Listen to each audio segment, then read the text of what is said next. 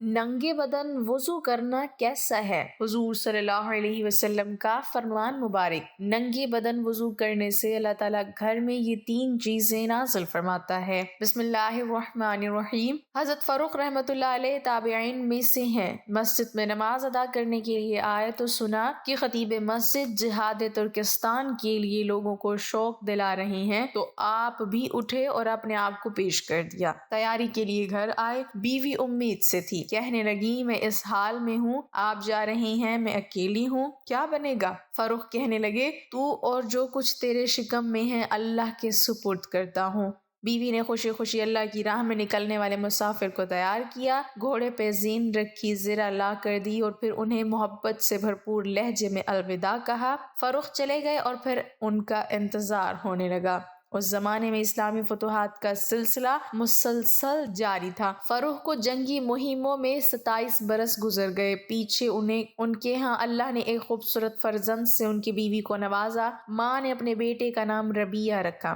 ربیہ جب کچھ بڑے ہوئے تو ان کی اچھے انداز سے تربیت کی، اور پھر جب اس نے لکھنا پڑھنا سیکھا تو اسے قرآن و حدیث کی تعلیم دلانے کے لیے مدینہ طیبہ کے اچھے معلموں کے پاس بھیجا۔ ان کی تربیت پر ماں نے سارا مال صرف کر دیا۔ ربیہ خود بڑے ہونہار طالب علم ثابت ہوئے اور پڑھ لکھ کر خوب مقام پایا۔ علوم قرآن، حدیث، فقہ اور ادب سیکھ سبھی میں اللہ نے انہیں کمال بخشا۔ پڑھنے کے بعد پڑھانا شروع کیا تو ان کا حلقہ درس پڑھتا ہی چلا گیا، اور یہاں تک کہ مسجد نبوی میں باقاعدہ سے علوم دینیہ سے سیراب ہونے والے نوجوان طلباء کے علاوہ بہت سی بڑی عمر کے لوگ بھی ان کے حلقہ تعلیم میں آتے۔ مدینہ اور گرد و نواح میں ان کا علمی چرچا عام تھا۔ پھر ایک روز رات کی کچھ ساعتیں گزری تھیں کہ ایک گھڑ سوار اپنے بوڑھے جسم پر تلوار سجائے، ہاتھ میں نیزہ تھامے اور مال غنیمت اپنے ساتھ گھوڑے پر لادے مدینہ منورہ میں داخل ہوا۔ سوچوں میں مگن تھا، سوچتا تھا کہ میرا گھر وہیں ہوگا یا جانے کہاں،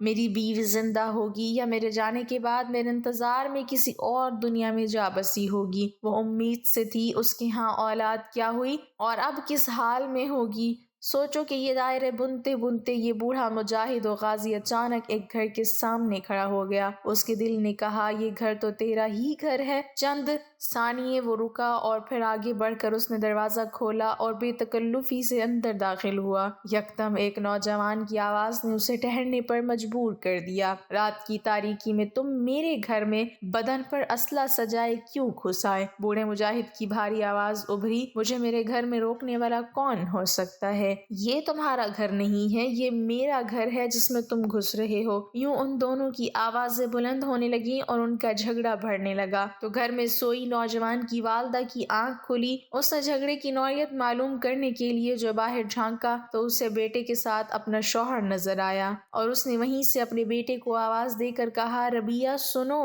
یہ تمہارے والد ہیں، اپنے ابا کو مرحبا کہو اور پھر آگے بڑھیں۔ اور اپنے شوہر فاروق کو مرحبا کہا اور پھر انہیں بتایا کہ یہ ربیہ ہے، تمہارا اپنا بیٹا جو تمہارے بعد پیدا ہوا تھا۔ اب تو منظر ہی بدل گیا۔ دونوں باپ بیٹا باہم مل رہے تھے، ایک دوسرے کو خوشی سے دیکھ رہے ہیں، ایک دوسرے کو ہاتھ اور پیشانی چوم رہے ہیں، اور یہ ساری رات اسی طرح باتوں میں اور حال احوال لینے میں ہی کٹ گئی۔ اس اثناء میں فاروق نے پوچھا، وہ کثیر رقم جو میں تمہیں دے کر گیا تھا اس کا کیا ہوا؟ بیوی نے کہا، آپ اطمینان رکھیں، ساری رقم محفوظ ہے۔ اتنے میں فجر کی نماز کا وقت ہو گیا۔ فاروق اٹھے اور مسجد جانے سے پہلے ربیہ کو آواز دی، بیٹا نماز کو چلو۔ ربیہ کی ماں نے بتایا کہ ربیہ تو بہت پہلے مسجد چلے گئے ہیں۔ یہ مسجد میں پہنچے تو دیکھا کہ مسجد بھری ہوئی تھی۔ نماز پڑھی اور پھر سب لوگ اپنی اپنی جگہوں پر ادب سے بیٹھ گئے اور اپنے امام سے درس سننے لگے۔ یہاں بڑے بڑے عمائدین سلطنت بھی درس میں شامل تھے۔ فاروق بھی اپنی جگہ بیٹھے یہ درس سن رہے تھے اور خوب محفوظ ہو رہے تھے، لیکن پہچان نہ سکے کہ یہ کون بزرگ ہیں جو مسند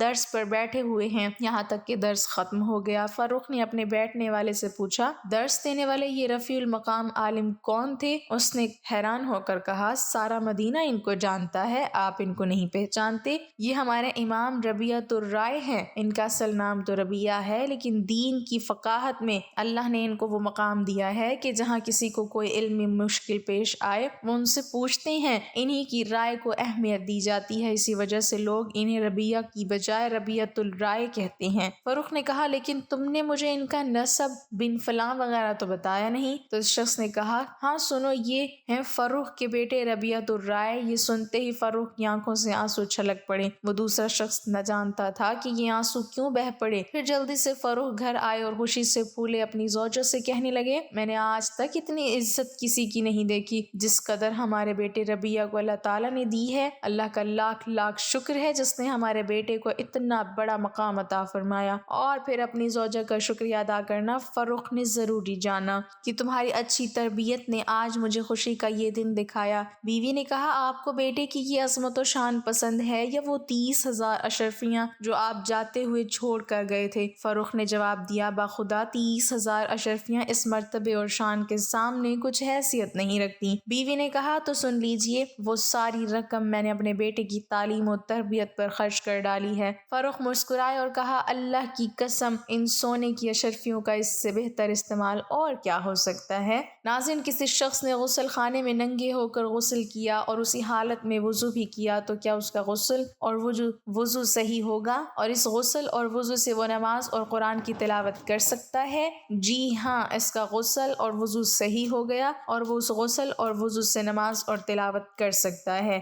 تاہم ننگے غسل کرنا مناسب نہیں۔ کسی شخص نے غسل خانے میں ننگے ہو کر غسل کیا اور اسی حالت میں وضو بھی کیا تو کیا اس کا غسل اور وضو صحیح ہوگا؟ اور اس غسل اور وضو سے وہ نماز اور قرآن کی تلاوت کر سکتا ہے؟ جی ہاں، اس کا غسل اور وضو صحیح ہو گیا اور وہ اس غسل اور وضو سے نماز اور تلاوت کر سکتا ہے۔ تاہم ننگے غسل کرنا مناسب نہیں۔ اللہ پاک ہمیں دین کا پیروکار بنائے اور ہمیں نیکوکاروں میں شامل کرے، آمین۔ ناظرین، کمنٹ باکس میں اللہ تعالیٰ کے 99 ناموں میں سے ایک نام ضرور ٹائپ کریں۔